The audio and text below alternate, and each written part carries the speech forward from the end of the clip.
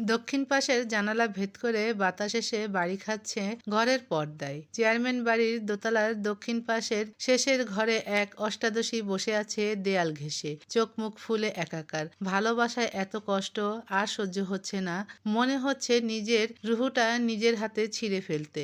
মিসবাহ তাহসিন সওদাগর শ্যামবর্ণের এক সাধারণ পুরুষ। ওই শ্যামবর্ণের পুরুষটার প্রতি সে ভীষণ দুর্বল। মন প্রাণ উজাড় করে সে ভালোবেসেছে তাকে, কিন্তু কিন্তু লোকটা যে তার হলো না। যার নামে 3 কবুল পড়ার কথা ছিল তার নামে অন্য এক নারী কবুল পড়েছে। গতকাল রাতে তারই বাড়িতে তাদের বাসর হয়েছে, হয়তো মিলনও হয়েছে। তার শখের পুরুষ অন্য এক নারীতে মত্ত হয়েছে। কনক হু হু করে কেঁদে উঠল। বুকের ভেতরটা যন্ত্রণায় ফেটে যাচ্ছে। কেন সে তার হলো না? সে বুক চাপড়ে বিড়বিড় করে বলল, খোদা তুমি কোন পাপের শাস্তি দিলা আমারে? এই বুকে ছুরি মারতে তোমার কষ্ট হয় নাই আল্লাহ? তোমার বান্দি এই দুঃখ কেমনে সইবে বলো? যারে মন প্রাণ দিয়ে চাইলাম তারে কেন আমার বানাইলা না? কেন আমার হইল না সে? এত কষ্ট কেন দিলাম আবুদ? এই কষ্ট কেমন করে সইব বলো? একতরফা ভালোবাসাগুলো বোধহয় এমনই। তবে কনক তো নিজের ভালোবাসাটুকু প্রকাশ করার সুযোগটুকুও পেল না। নিয়তি এতটাই নিষ্ঠুর। হ্যাঁ, কিছু মানুষের ভাগ্য এমনই হয়। এই যে বুকে তীব্র ব্যথা হচ্ছে, রুহ ছিঁড়ে ফেলতে ইচ্ছে করছে, এসব কিসের জন্য? ভালোবাসার জন্য?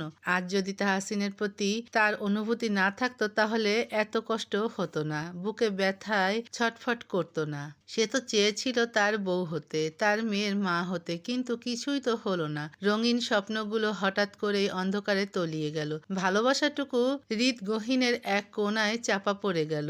এই অনুভূতির কথা আদৌ তাহসিন কখনো জানতে পারবে? কখনো কি জানতে পারবে তার প্রেমে এক অষ্টাদশী পাগল হয়েছিল, ভালোবেসেছিল তাকে? হয়তো কখনোই জানবে না। জানবে না এক অষ্টাদশী আল্লাহর কাছে দুহাত তুলে চেয়েও পায়নি। এত দুঃখ খোদা না দিলেও পারত। বুকে যে বড্ড ব্যথা হয়। ভালোবেসেও না পাওয়ার হাহাকার ভীষণ ভয়ঙ্কর। কনক পালঙ্কে হেলান দিয়ে বসে রইল, চুপটি করে বসে রইল। আফিয়ার দরজায় শব্দ করতেই সে নিঃশব্দে দরজা খুলে দিয়ে বিছানার এক কোণায় গিয়ে বসলো। আফিয়া খাবার এনেছে তার জন্য। কনকের এমন নাজেহাল অবস্থা দেখে মেয়েটার খারাপ লাগলো। নিজেই ওয়াশরুম থেকে হাত ধুয়ে এসে ভাত মাখতে মাখতে বলল, কষ্ট হচ্ছে কনক? কনক চোখে পানি রেখেও মুচকি হেসে মাথা নাড়ালো। আফিয়া বলল, ভালোবাসা নিয়ে কখনো আফসোস করতে নেই। তোর ভাই যখন আমাকে বিয়ে করলো তখন আমার বয়স সবে 16। কিশোরী বয়সের প্রথম পুরুষ ছিলেন তিনি। বিয়ের পর মন প্রাণ দিয়ে স্বামীকেই ভালোবেসেছি। বিনিময়ে কি পেয়েছি বল? আল্লাহ আমায় রূপ দিল, গুণ দিল, সবকিছুই দিল, কিন্তু কোল আলো করে একটা সন্তান দিল না। সন্তান নেই বলে স্বামী আরেকটা বিয়ে করলেন। তার বাসর ঘর সাজিয়েছি নিজ হাতে। প্রত্যেক দিন সকালে তার বউকে ভেজা চুলে দেখেছি। স্বামীকে অন্য এক নারীর সাথে ভাগ করে নিয়েছি। আমার তো সংসার হয়েও হলো না।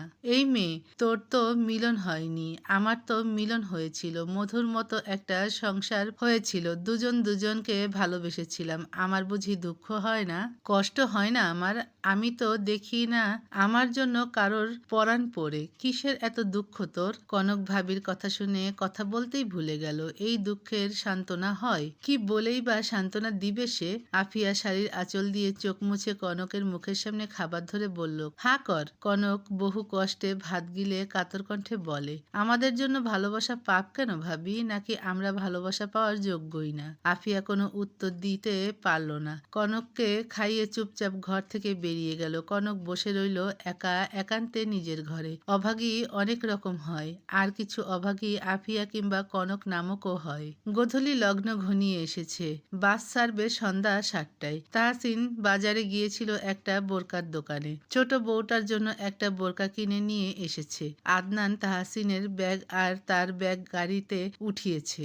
রুহুল তাদের বাস স্ট্যান্ডে ছেড়ে দিয়ে আসবে। তাহসিন ময়ূরীর হাত ধরে বাড়ি থেকে বের হলো। পিছু পিছু প্রায় বাড়ির সবাই আসছে। ওরা গাড়িতে ওঠার আগে রজনী বেগম ময়ূরীর মাথায় হাত রেখে বললেন, আমার পুতুলের মা নাই, ওর বাপ ওরে একা মানুষ করছে, তুমি ওরে একটু দেখা রাইখো বউ।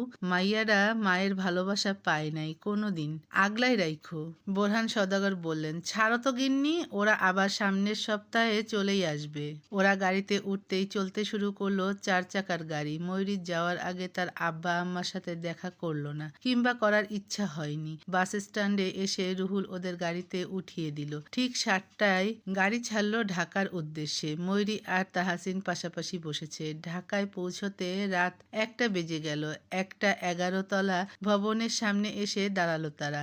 এই ভবনের 9 তলায় তাহাসিনের ফ্ল্যাট, 10 তলায় হিমির বাবার ফ্ল্যাট। তবে সে একাই থাকে, বোন ও ছোট ভাইকে সাথে নিয়ে। ওরা 9 তলায় এসে দেখলো তাহাসিনের ফ্ল্যাটের দরজা ভেতর থেকে বন্ধ। তাহাসিন পাসওয়ার্ড দিয়ে দরজা খুলে ভেতরে ঢুকলো ওদের সাথে নিয়ে। ড্রয়িং রুমে সোফায় পুতুল আর হিমি বসে আছে। পুতুল গাল ফুলিয়ে একবার বাবার দিকে তাকিয়ে সামনে টিভির দিকে তাকালো। তাহসিন অবাক হয়ে মেয়ের কাণ্ড দেখলো।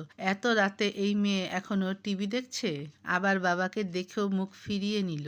বুঝলো মেয়ে রাগ করেছে। তাহসিন গুটি গুটি পায়ে মেয়ের সামনে গিয়ে হাঁটু মুড়ে বসলো। পুতুল গাল ফুলিয়ে অন্যদিকে তাকালো। তাহসিন নিজের 2 কান ধরে বলল, এই যে আম্মা, কান ধরেছি। পুতুল উত্তর দিল না। তাহসিন মেয়ের পায়ে খোঁচা মারল। ও আম্মা, আপনি কথা বলবেন না? পুতুল চুপ করে রইল। মা, কথা বলবেন না বাবার সাথে? ও মা। হঠাৎ করেই পুতুল বাবার গলা জড়িয়ে ধরে শব্দ করে কেঁদে উঠল। তাহসিন মেয়ের মাথায় হাত বুলিয়ে গালে চুমু এঁকে আদরে কণ্ঠে বলল, কাঁদছেন কেন আম্মা?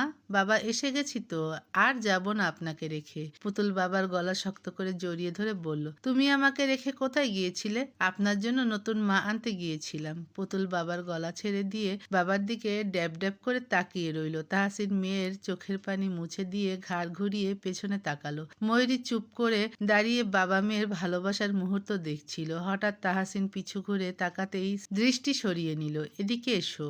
ময়ূরী এগিয়ে যেতেই তাহসিন মেয়ের দিকে তাকিয়ে বলল, উনি আপনার নতুন মা, সালাম দেন। পুতুল ঠোঁট উল্টে বাবার দিকে তাকালো। তাহসিন চোখের ইশারায় আবার সালাম দিতে বললে সে সুন্দর করে সালাম দিল। ময়ূরীর বুকটা হু হু করছে। বাচ্চাটা পুতুলের মতো সুন্দর। ঠোঁট উল্টে কাতর চোখে তার দিকে তাকিয়ে আছে। হঠাৎ সে নাক টেনে বলল, তোমার মুখ দেখি। ময়ূরীর নিকাব উঠিয়ে দিতেই পুতুল তাকালো তার নতুন মায়ের দিকে। পুতুলের চোখ আরো কাতর হলো। বাবার বুকে মুখ লুকিয়ে ঠোঁট উল্টে লুকিয়ে ফেললো নিজেকে। ময়ূরী বুঝলো না বাচ্চাটা এমন কেন করলো। হিমি বলল, এত রাত হলো কেন তোদের? বলতে বলতে ময়ূরীর দিকে চোখ গেল। আশ্চর্য হয়ে কিছুক্ষণ ওর দিকে তাকিয়ে থেকে তাহসিনের দিকে তাকালো। ভুলেও বলিস না তুই এই পিচ্চি মেয়েকে বিয়ে করেছিস। আদনান পেছন থেকে বাম হাত ঢুকিয়ে বলল, তাতে তোর কি? হিমি চোখ রাঙিয়ে তাকালো, দাঁত চিবিয়ে বলল, তোকে কিছু বলেছি আমি? হারামি, কথা কম বলবি। কথা বলিস না বলেই বকবক করছি। তুই আমার সাথে আগে কথা না বলে ওকে নিয়ে পড়েছিস কেন?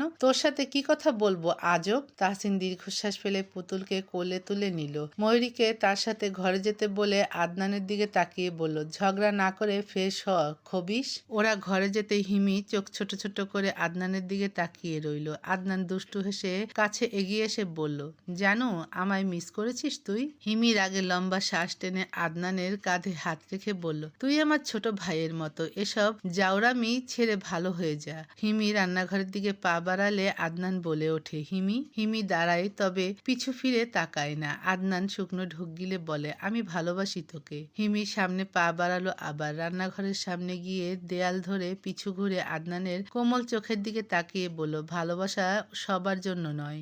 আদনান মুখ বাঁকিয়ে নিজের ঘরের দিকে চলে গেল।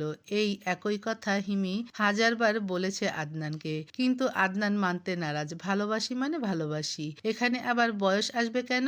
এটাই হচ্ছে তার কথা। তাহসিন প্রথমে ময়ূরীকে ফ্রেশ করিয়ে নিজে ফ্রেশ হয়ে এলো ওয়াশরুম থেকে। পুতুল কুটুর কুটুর চোখে নতুন মায়ের দিকে তাকিয়ে আছে। কোমর সমান চুলগুলো বেনুনি গাঁথা তার। ময়ূরীর মুখ ভার। পুতুল ঠোঁট উল্টে বাবার দিকে তাকালো। তাহসিন ঠোঁট চেপে ময়ূরীর দিকে তাকিয়ে আছে বেশ কিছুক্ষণ ধরে। সে বুঝতে পারছে ময়ূরীর মন খারাপের কারণ। তাহসিন হালকা গলা পরিষ্কার করে পুতুলকে বলল, আম্মা গিয়ে দেখেন তো আপনার মনি কি করে। পুতুল মাথা নাড়িয়ে গুটি গুটি পায়ে প্রস্থান করতেই তাহসিন ময়ূরীর একটু নিকটে এগিয়ে এলো। মেয়েটার চিবুক উঁচিয়ে নিজের মুখোমুখি করে বলল, আপনার কি আমাকে পছন্দ হয়নি? মুখটা কালকে থেকে ভার করে রেখেছেন কেন? ময়ূরী এবারও চুপ রইল। তাহসিনের রাগ হচ্ছে এবার। কালকে থেকে মেয়েটা মুখে তালা লাগিয়েছে, খোলার নামই নেই। সে হাত বাড়িয়ে ময়ূরীর কোমর ধরে কাছে টানতে মেয়েটা চমকে উঠে বলল, ইস কি করছেন? তাহসিন ময়ূরীর কানের কাছে একটু ঝুঁকে এসে ফিসফিস করে বলল,